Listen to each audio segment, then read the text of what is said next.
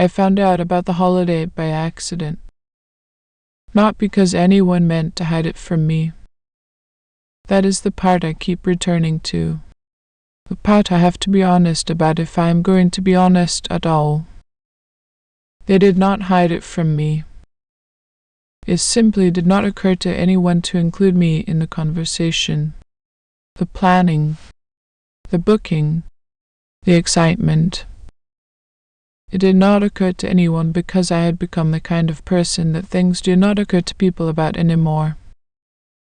Well, I was in the kitchen when I found out.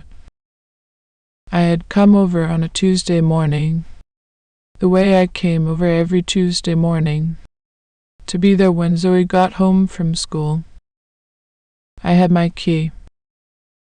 I let myself in, and on the kitchen table, where nobody had thought to move them, were the printed booking confirmations.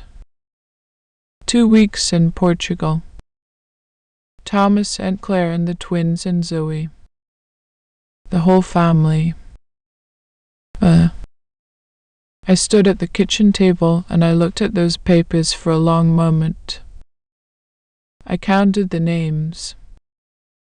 Thomas, Claire, Oliver, me, Zoe. 5 names.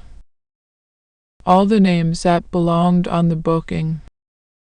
My name was not there. I folded the papers back the way I had found them. I put the kettle on. I made myself a cup of tea. And then I went upstairs. Not to the main bedroom.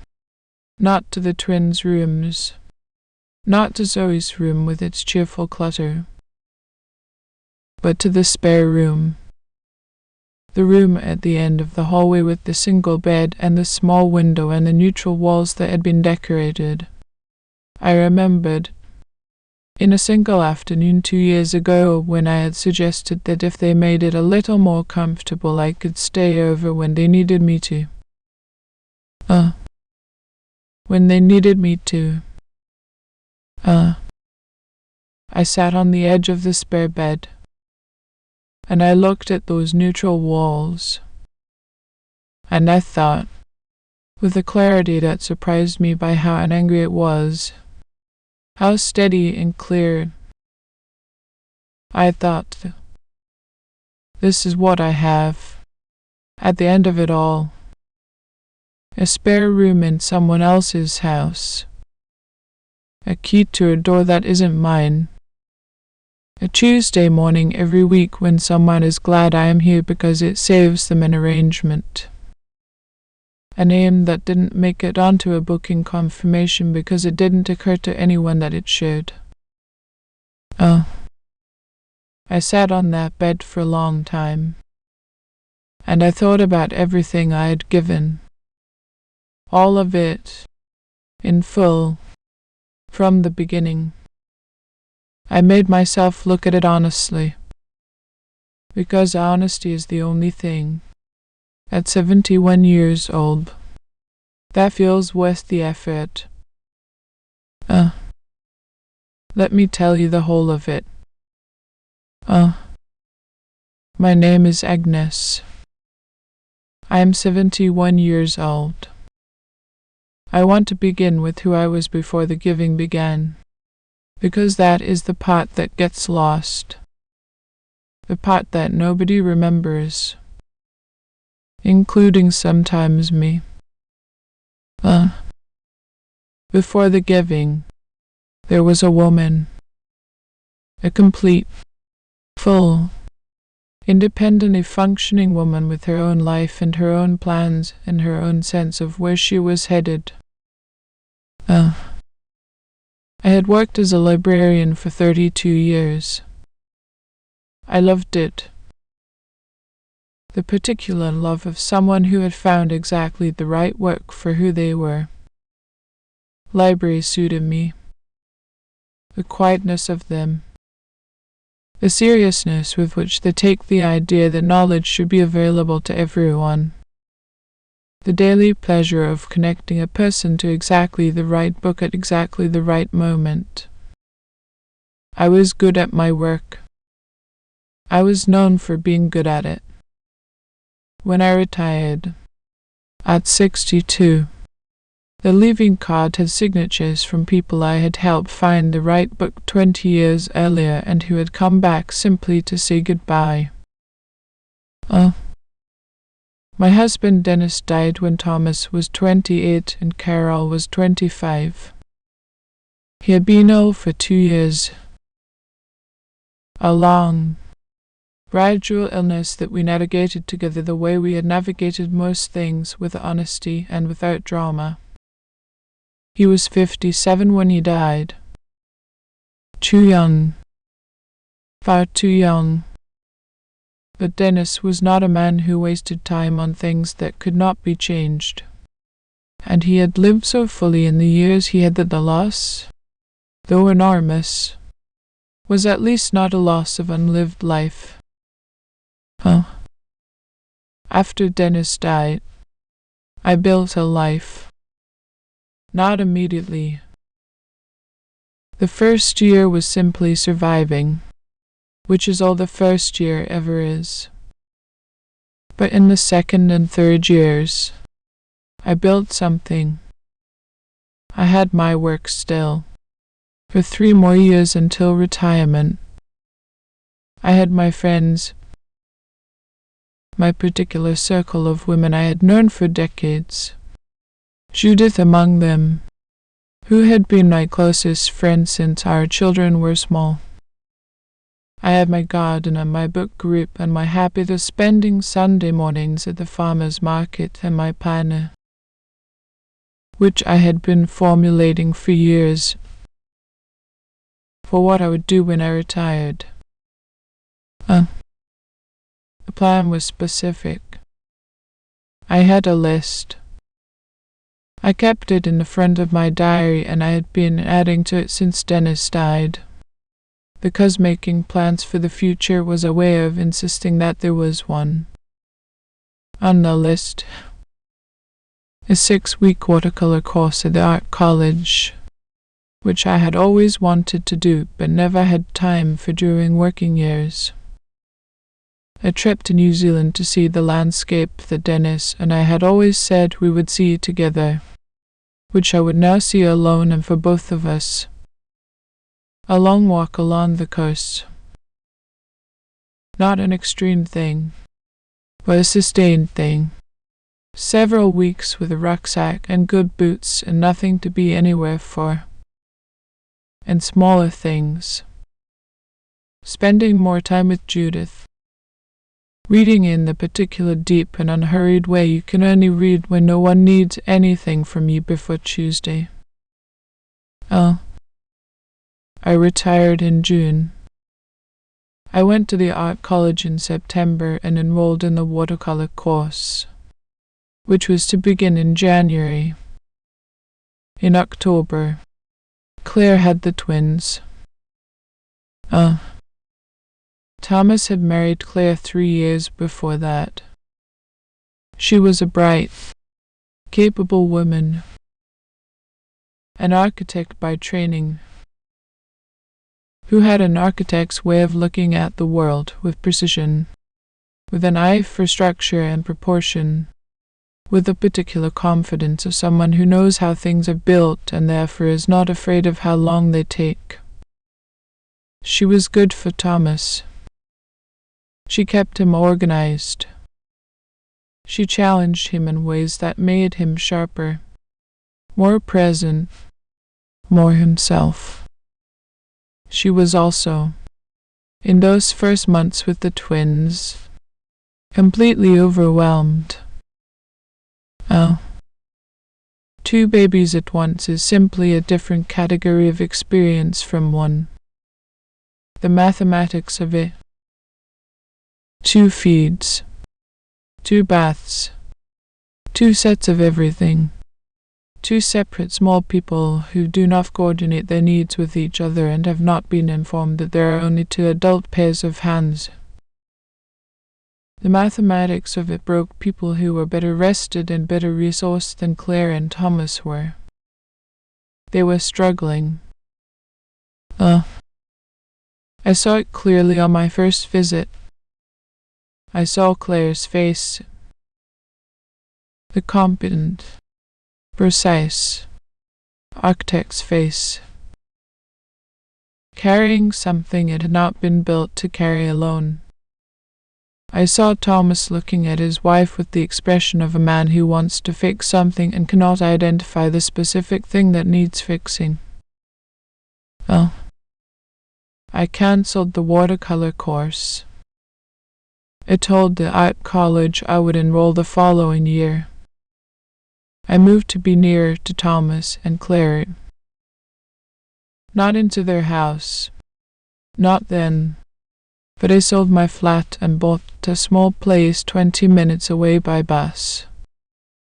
And I became, from that October onward, the infrastructure of that family. I want to say that I do not regret the choice. Or rather, I want to say that more carefully.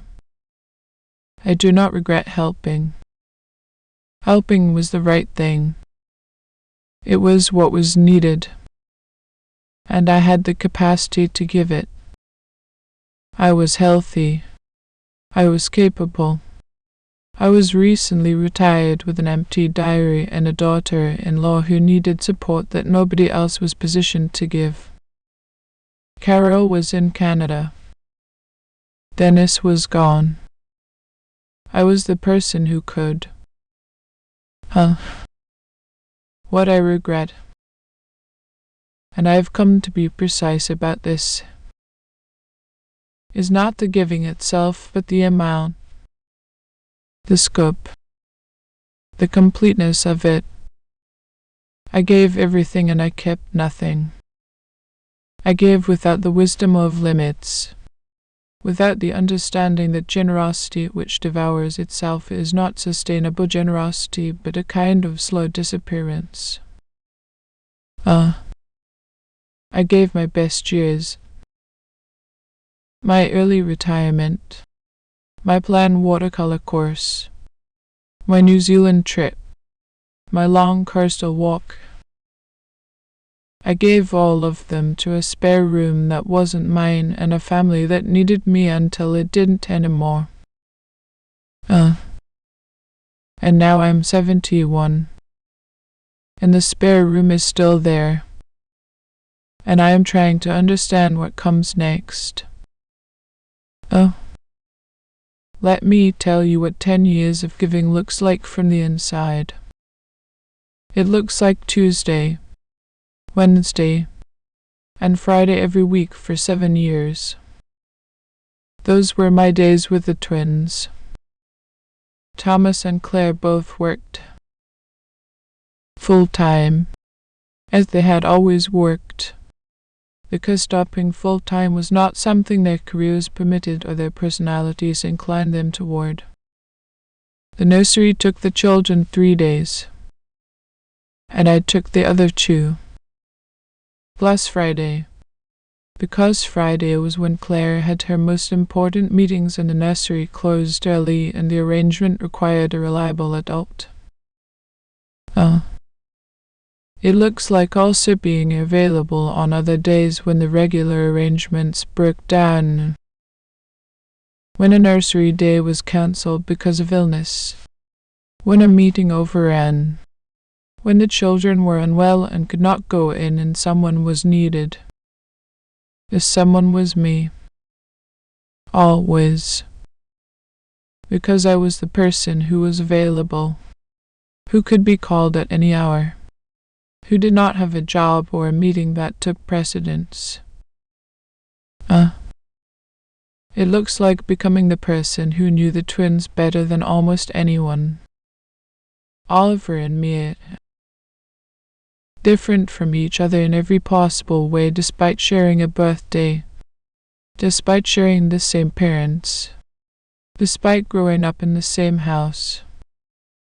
All of it careful and methodical, the kind of child who needed to understand the rules before he could relax within them. Me vivid and impulsive, combustible in the way of people who feel everything at full volume. I knew them. The specific weight of each of them when they fell asleep in the car and needed carrying inside. The particular fruit that would reach Oliver when he was upset. The exact song that Mia wanted at bedtime. And the exact order she wanted it in. And exactly what happened if you got the order wrong. Oh. I knew these things because I was there. I was the reliable constant. The one who was always available because I had made myself always available. Because I had looked at what was needed and I had given it. In full. Without condition. Oh. When Zoe was born. 5 years after the twins. I was 66. And I gave again. Of course I gave again. Zoe needed what the twins had needed, and I had done it before, and I could do it again, and so I did. Tuesday, Wednesday, Friday. Plus the other days when things fell apart or schedules shifted. Plus school holidays. Because school holidays are long and children do not stop needing to be somewhere simply because the term has ended. I enrolled in the watercolor course twice more. Twice more I cancelled.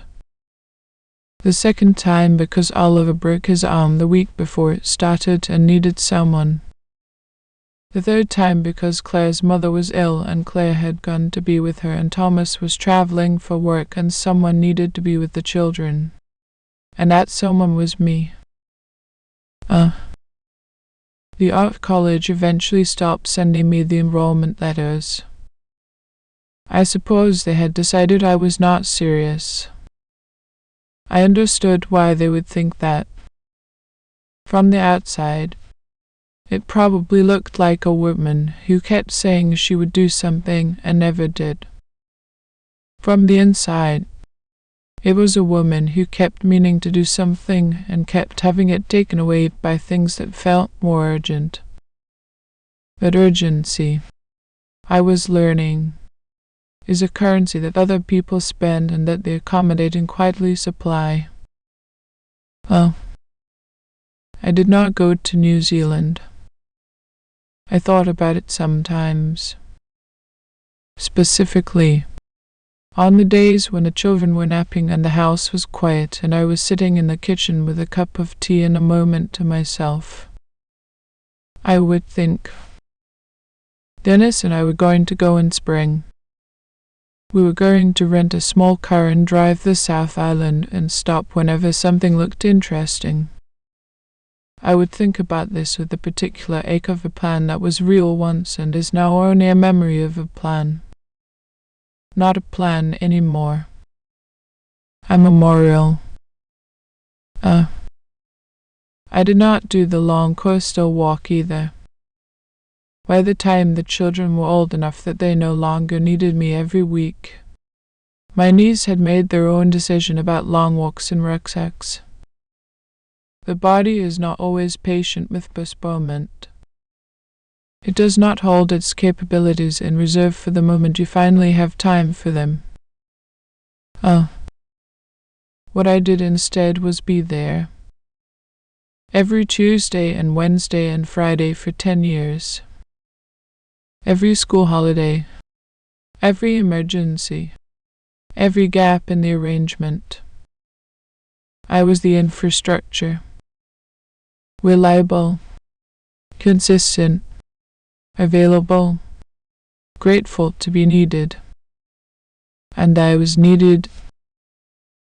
Truly needed. In a way that is both the best thing in the world and, if you are not careful, the thing that slowly empties you out. Judith came to see me in the 5th year of this. She drove over on a Saturday. She always drove, because I did not drive anymore.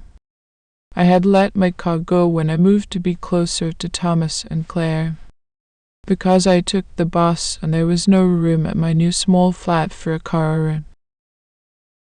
And she sat in my kitchen and she looked at me with the particular look that 30-year friendships produce. The look that does not need words to carry its message. She said, "Agnes, when are you going to do something for yourself?" I said, "I'm helping."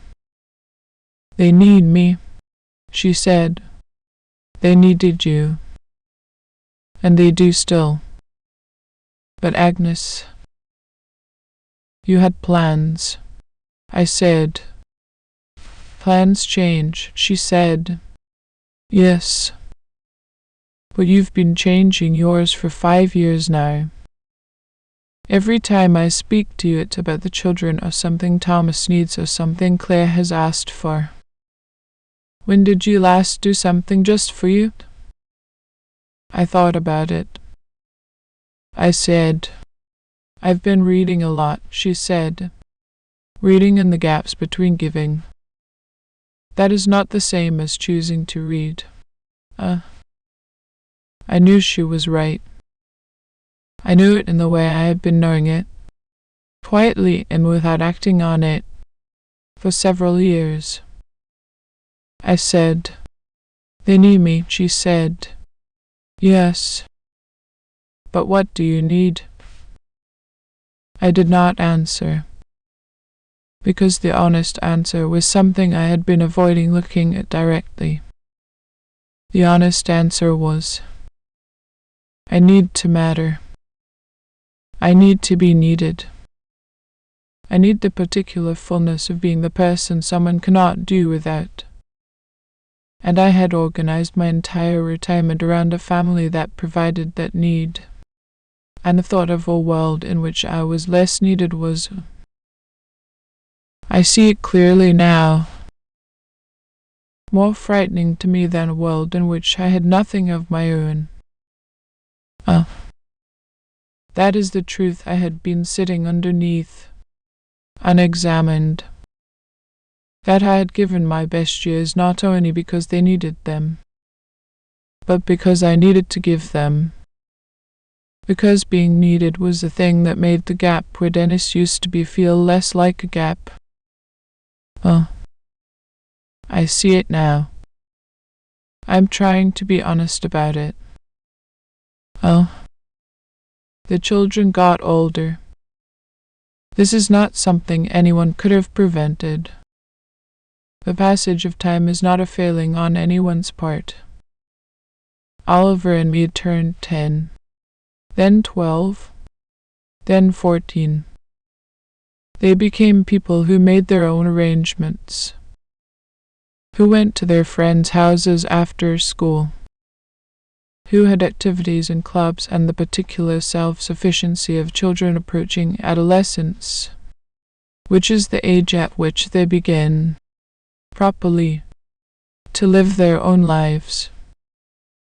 They still loved me. I want to say that clearly.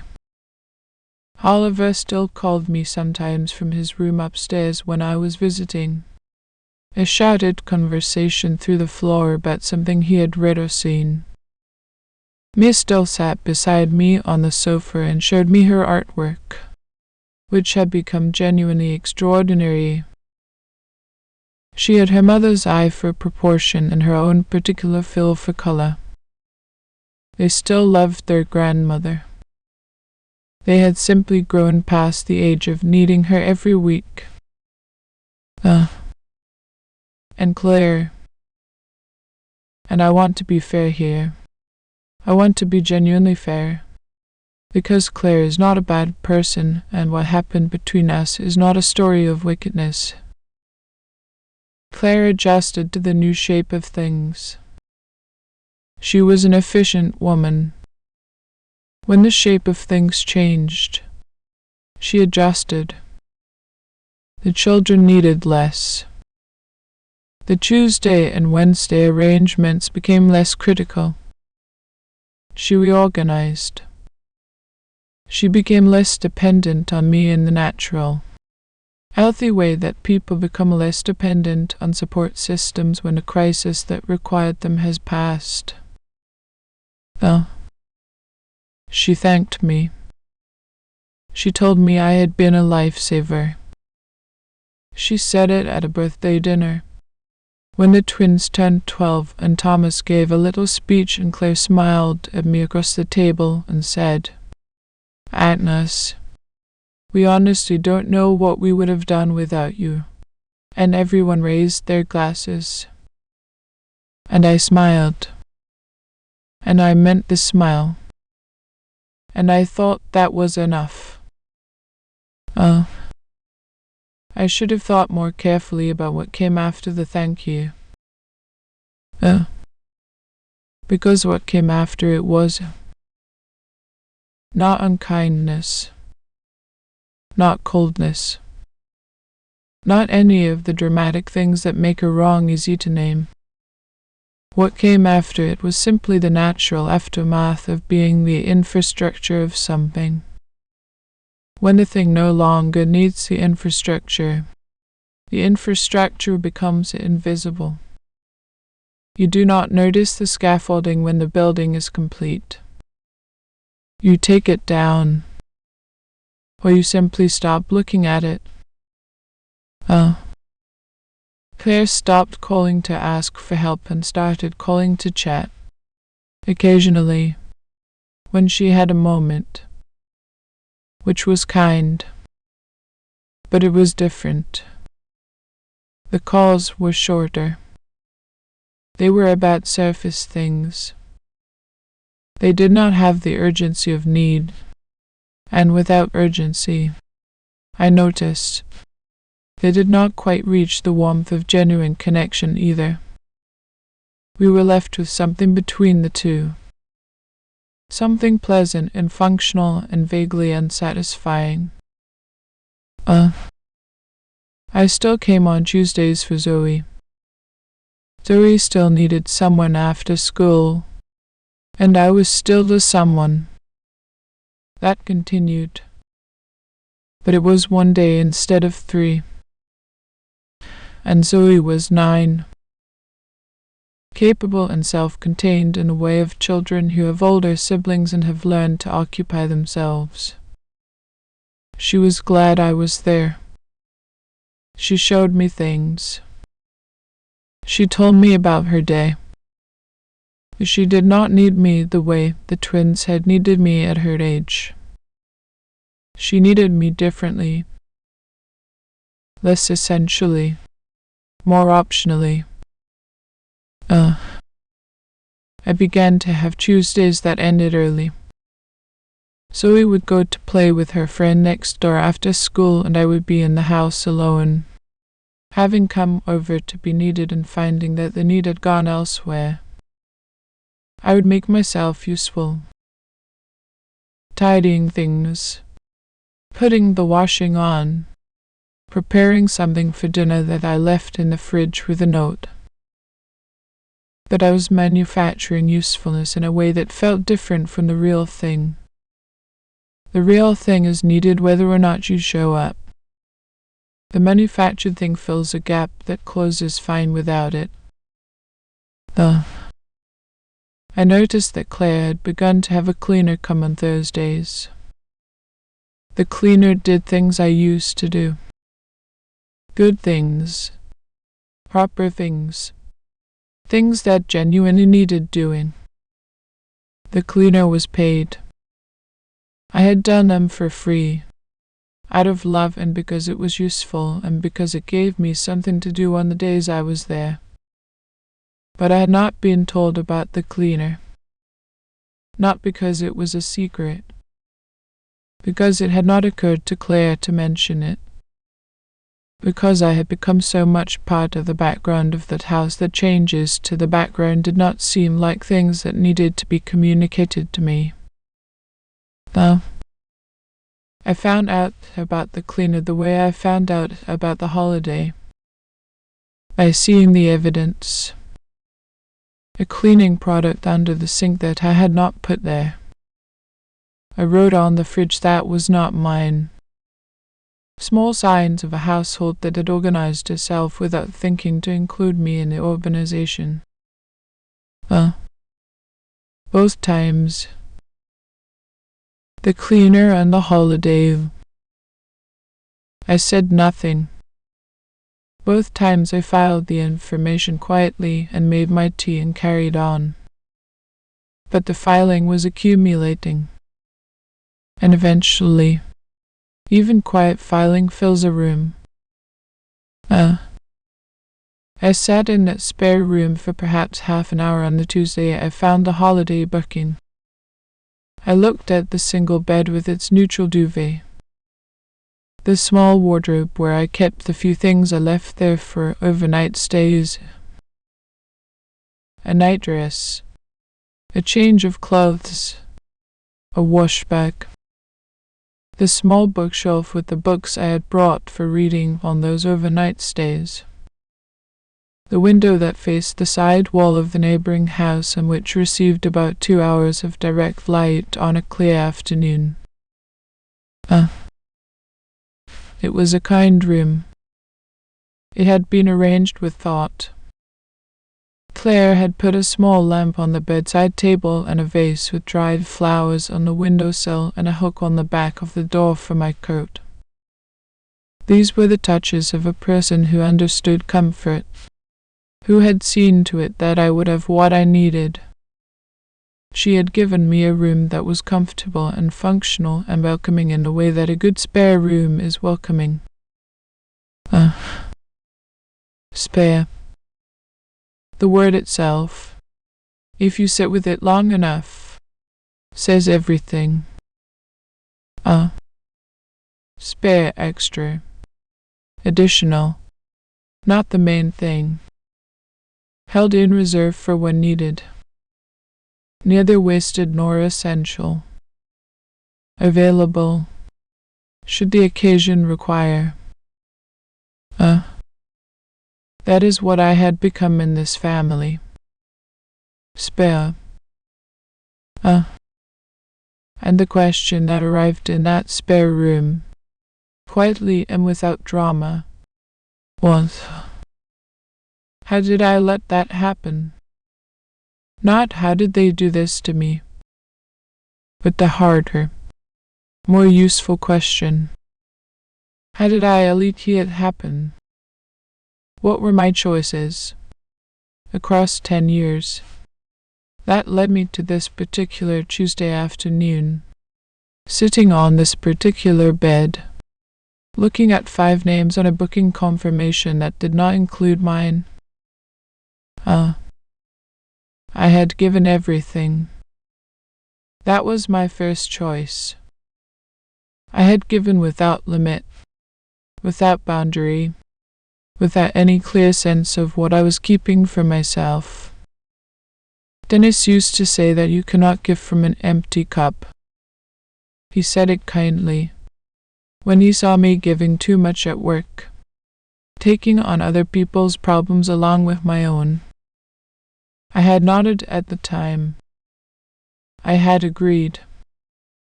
I had not, apparently, absorbed it. My second choice was silence. I had never said, I am also important here. I had never said, my plans matter. My time has value. My retirement was supposed to include things that belonged to me. I had given and then given more, and I had never said, this is where I stop. This is what I keep. Because saying that felt selfish. Because the need was real and I was capable and there was nobody else, and stopping felt like abandonment. My third choice and this is the one that sits most uncomfortably when I look at it directly, was that I had chosen this. Some part of me had chosen to be needed rather than free, had used their need to fill the space where my own life should have been, had volunteered my best years to a family's infrastructure because the alternative, actually living my retirement, making the plans real, going to New Zealand alone without Dennis, was frightening in a way that being needed never was. I sat with all of this in the spare room, with the afternoon light on the neutral walls, with the holiday booking sitting on the kitchen table downstairs, and I thought, 71 years old. What is left? Not in a desperate way. Not in the way of someone who cannot see a future. But practically, honestly, what is left? And what am I going to do with it? I got up from the bed. I went to the small wardrobe and I opened it. Behind the nightdress and the change of clothes, on the high shelf, there was a bag. I had put it there 3 years ago, the last time I had thought about moving some things over. I had forgotten it was there. I took it down. Inside was the sketchbook I had bought when I enrolled in the watercolor course the first time. Unused. The pages still pristine. And underneath it, I had forgotten this. I had genuinely forgotten. A small folded piece of paper. I unfolded it. It was a page torn from a travel brochure. New Zealand. The South Island. Fiordland, which Dennis had circled in pen when we first started planning. The pen marks were his.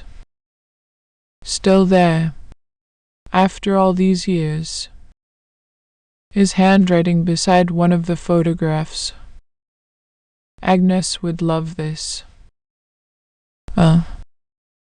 I stood in the spare room with the sketchbook in one hand and the page from the brochure in the other.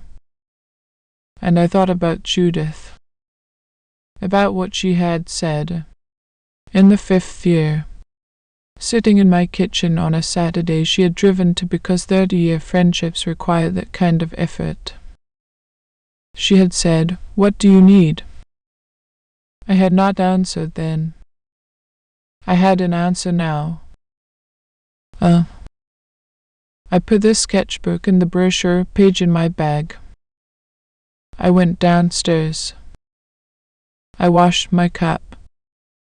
I left the house the way I had come in, quietly, with my key, and I walked to the bus stop. And on the bus home, I took out my phone, and I called Judith. Judith answered on the 3rd ring. She said, "Agnes, it's been too long." I said, "I know. I'm sorry." She said, "Don't be sorry. Talk to me." So I talked to her. I told her about the holiday booking, about the 5 names. At the spare room and sitting on the bed and the sketchbook and the page from the brochure with Dennis's handwriting on it. I told her about the cleaner I had found out about through the evidence rather than a conversation.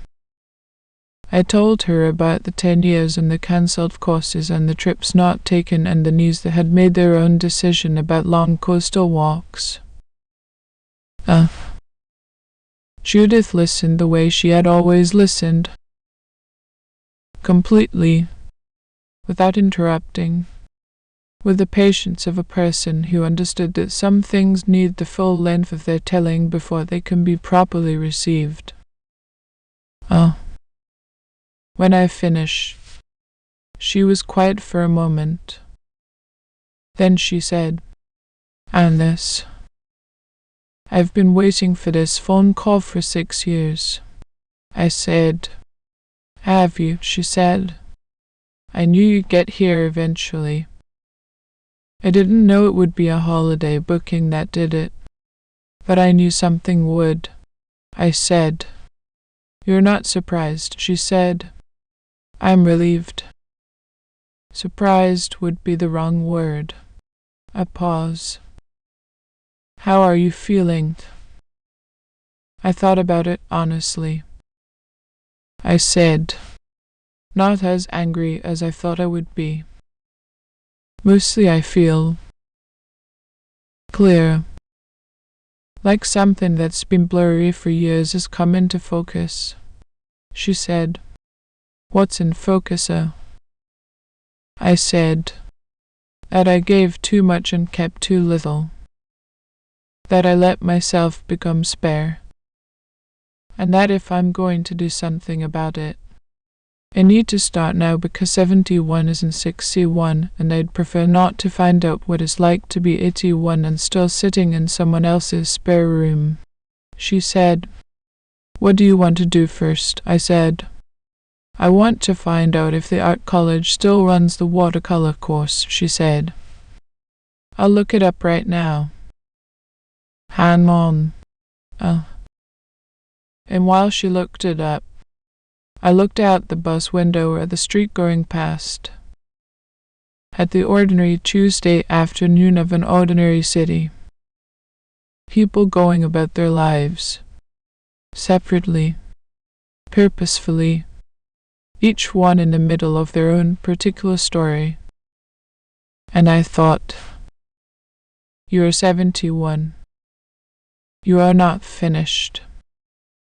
Not even close to finished. You have given your best years to people who needed them and who mostly received them with love. And now you have some years left. Not as many as before, but years. Real ones. What are you going to do with them? Judith said, "They do. January start. There are still places." I said, "Book me one." She said, "Done. Now." About New Zealand. I said, "One thing at a time." She said, "Dennis left you a note saying you would love Fiordland. That note has been in a bag in a spare room for 3 years. I think one thing at a time has had enough time. Don't you?" I looked out the window. Bus was passing the park.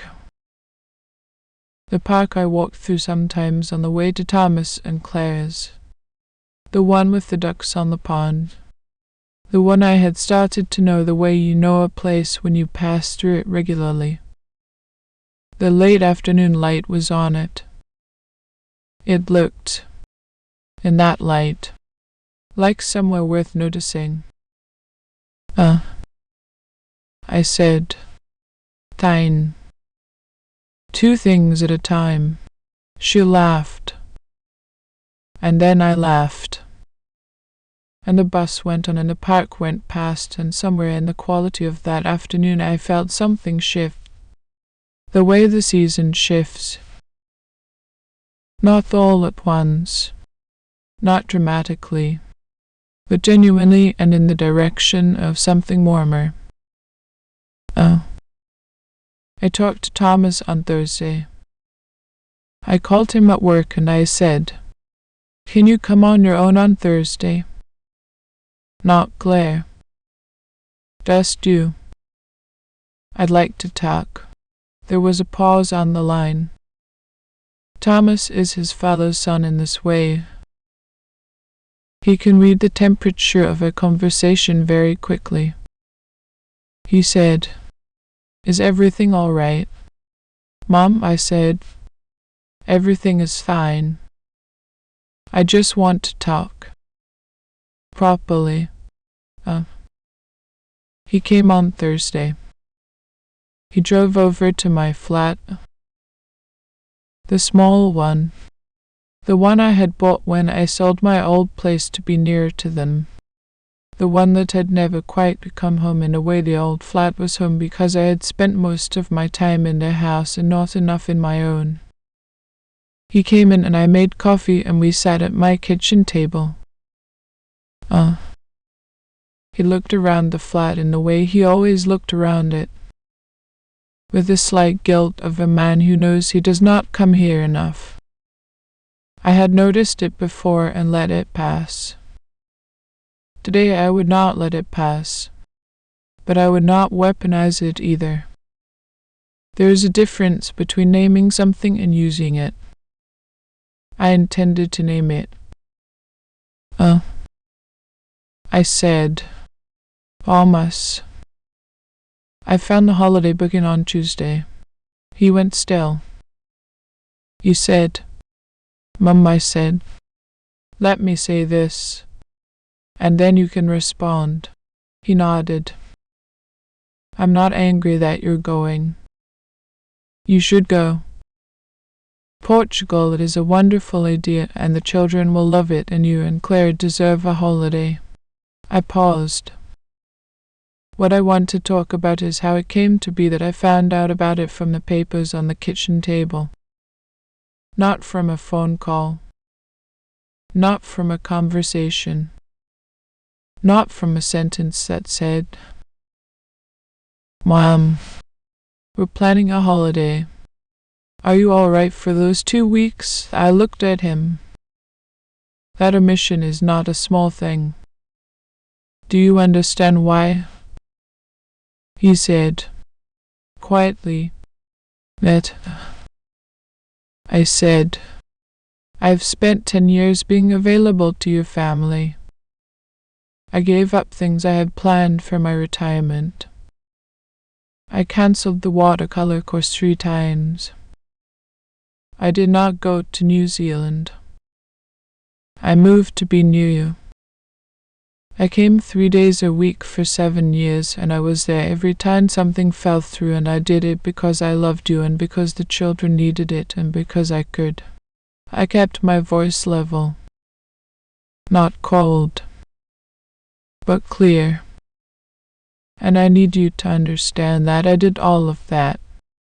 And the return, position I have ended up in, is that I find out about a family holiday from the kitchen table.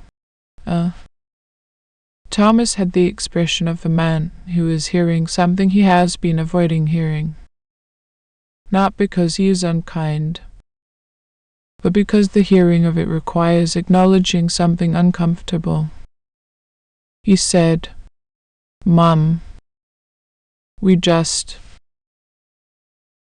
think." I said, "I know. You didn't think." That is exactly what I'm saying. I became someone you didn't think about, and I am not entirely blameless in that. I made myself so available, so reliably there, that I became part of the furniture. And furniture doesn't need to be invited on holidays. He looked at the table. I said, "I'm not asking you to feel guilty.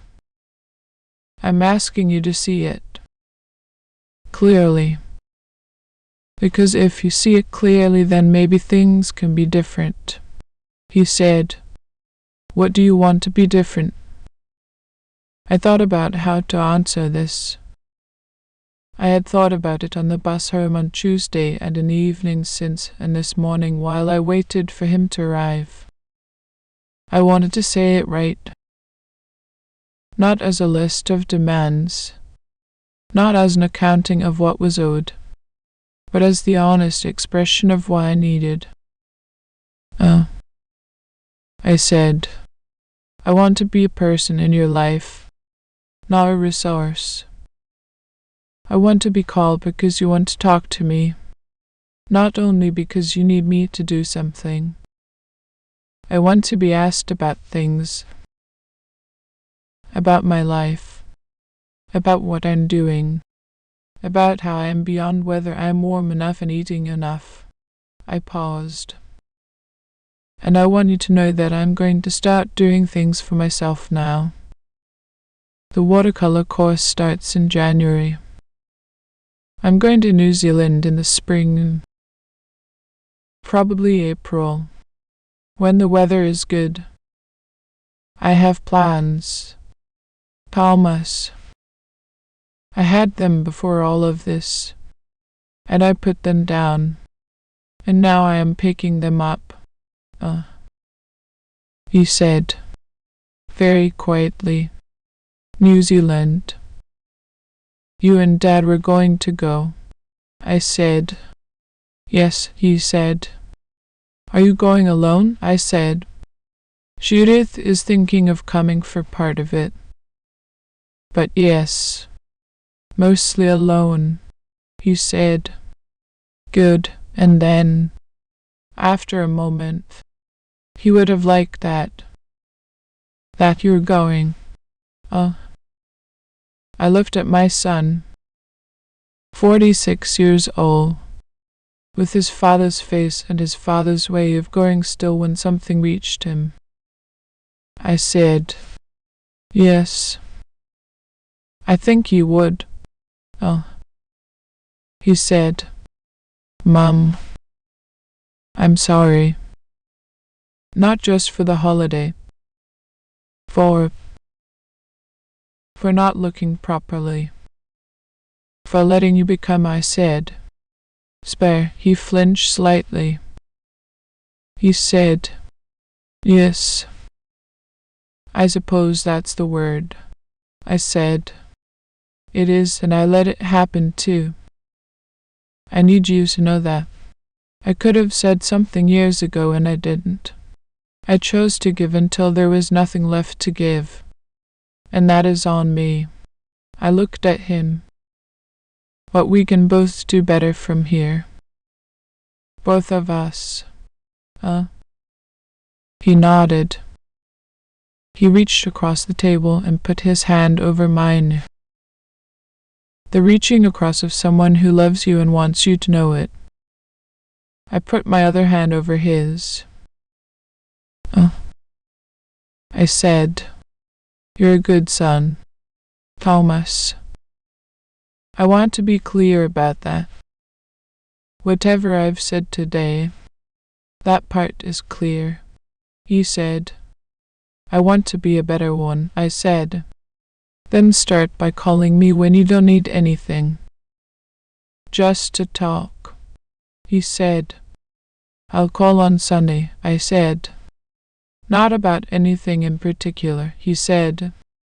Not about anything in particular, I said. Good. Now drink your coffee before it gets cold. He did.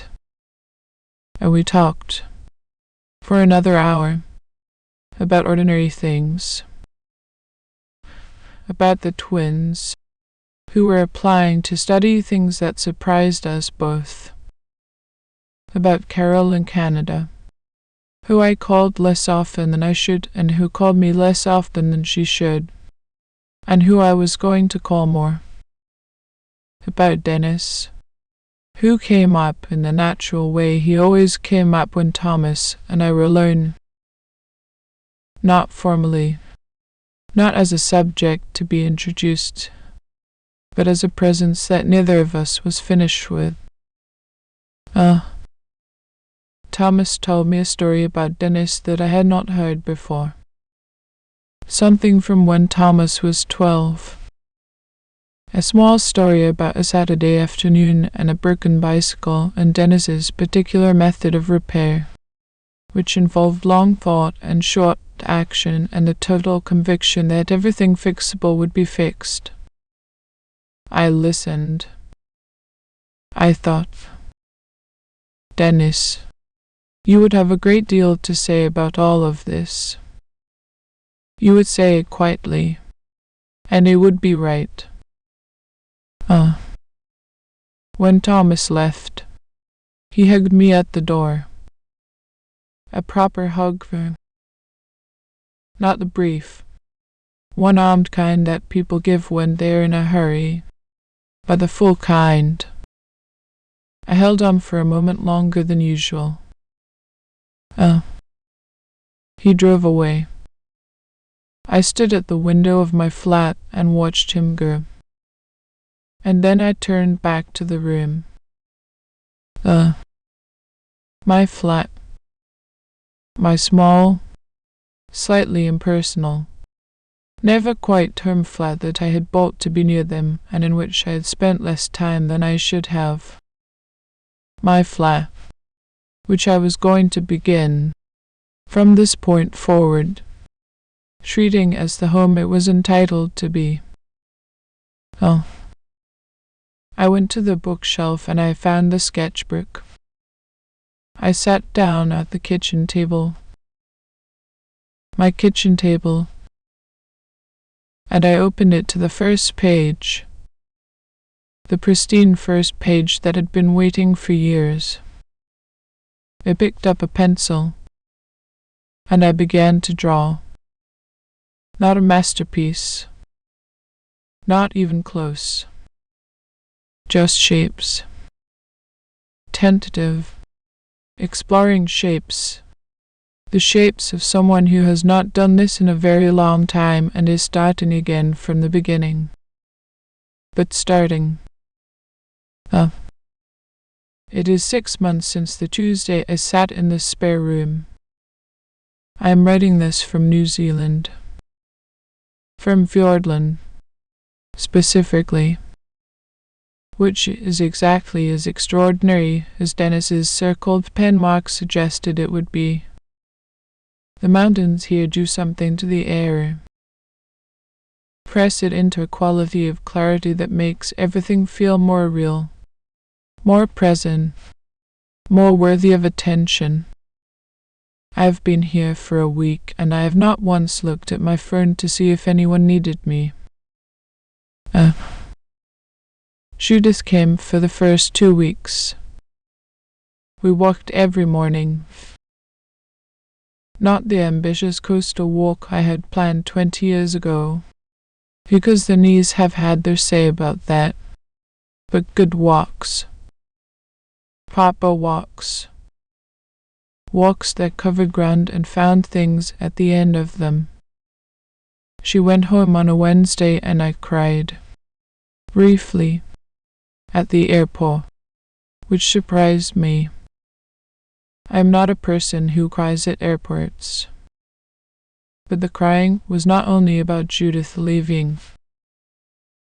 It was about everything. About Dennis, who should have been here. About the years in between his plan and this moment. About the peculiar grace of finally arriving somewhere you were always supposed to go. The watercolor course started in January. It meets on Wednesday mornings in a bright room at the art college, with 12 other people of various ages and abilities and one teacher who is approximately half my age and who is both technically excellent and humanly warm, which is the best possible combination in any teacher. I am not naturally talented at watercolor. The medium is more unforgiving than I had expected. It goes where it wants to go, and the painter's role is partly to guide and partly to accept what it does on its own. I am learning to accept what it does on its own. This is, it turns out, a lesson that extends beyond painting. I have a sketchbook now. A full one. The pristine pages are gone, replaced by drawings and color experiments and the evidence of someone working at something imperfect and persisting anyway. I have started a second one. Thomas calls on Sundays. not about anything in particular. As promised, we talk about whatever is happening. The twins, who have become interesting young adults with their own increasingly independent lives, and Zoe, who is still 9 in the particular way that 9-year-olds are 9 with great completeness. We talk about Dennis sometimes. We talk about me, which is still slightly new territory for us, but which is becoming less new. He asks questions. Not perfectly. Not always the right questions. But he asks. And I answer. Claire and I have arrived at something new. Not the dependency of the early years and not the backdrop of the later ones, but something in between. Something more honest. We had a lunch, the two of us, a few weeks after my conversation with Thomas. She was careful and a little awkward at first, in the way of someone who has been told something they should have seen themselves and is not sure quite what to do with it. And I was honest, and not unkind, and we talked about the years, about what I had given and what I had felt and what I had not said and why.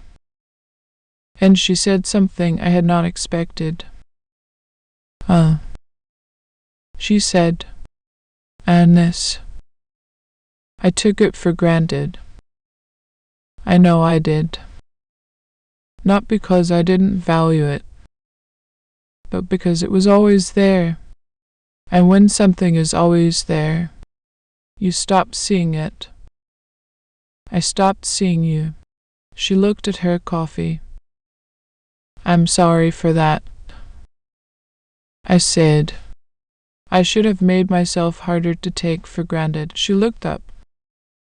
I said, I mean that. Not as absolution for you, but as honesty about me. I gave without limits and then I expected to be seen in spite of my limitlessness. That was naive. You see people who hold something back. People who say, this is what I give, and this is what I keep. I never said that.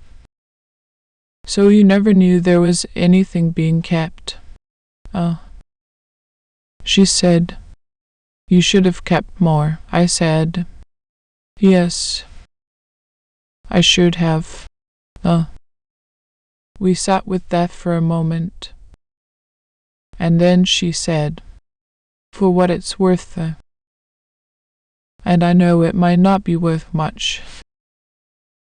I do know what those years cost.